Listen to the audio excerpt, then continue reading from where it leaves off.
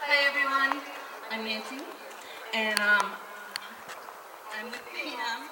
We're both here representing an amazing group of girls back in Massachusetts. Girls we are so proud of, and we're just thrilled to be here. We can't thank the National Council of Youth Sports and Chardis enough. Words can't express how much thanks we have for them.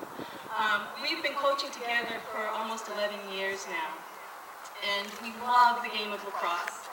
When we started coaching at the high school level, we were so dismayed to find how physically aggressive the sport had come over the years.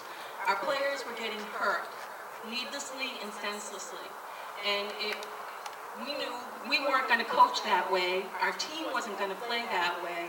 We were going to make sure that if we ever won a game, we won with skill. So about 5 years ago, when one of our players suffered a devastating hit to the head and a life-altering concussion, and we saw for months on end the effects that had on her, we knew we had to do something, both locally and nationally, to help change the way the sport was being played. We had a whole bunch of initiatives that we did.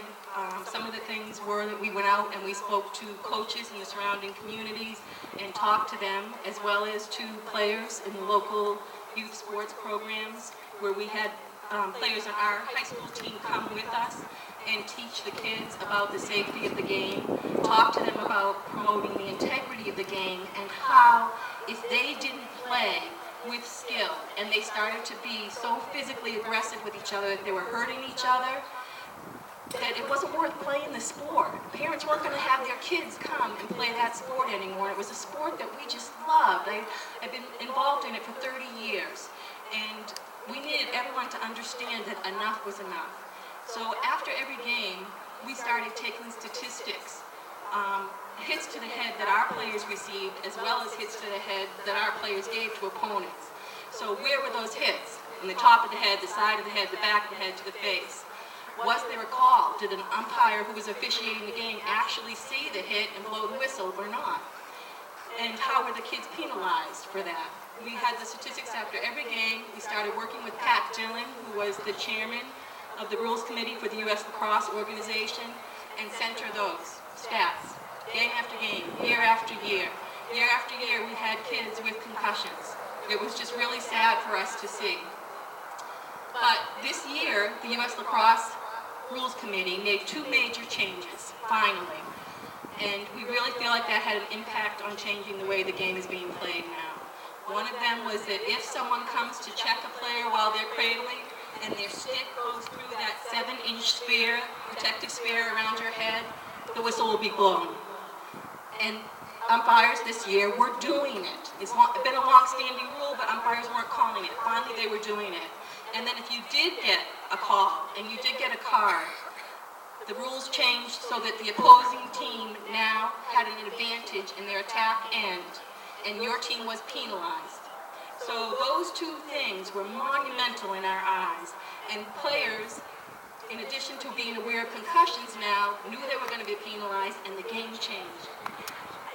This is the first year that we have had no concussions. It was just amazing to us.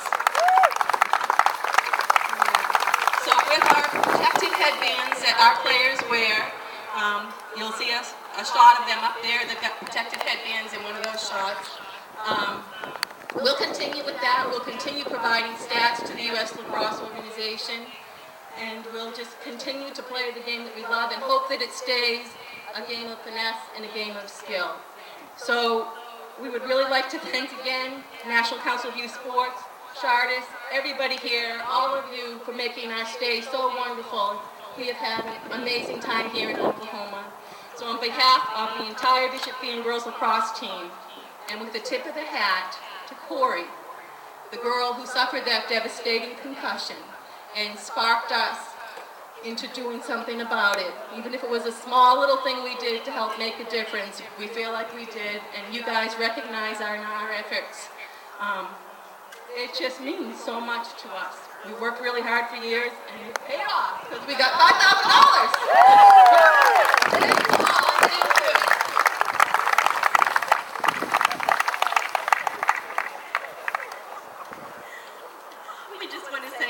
thank you so very, very much to ASA, to Sports Events, to the CVB for allowing us to have this special award here at Sports. But I'm going to say one more time, thank you to these great cheerleaders. I think we should do the stride cheer one more time. Let's do it.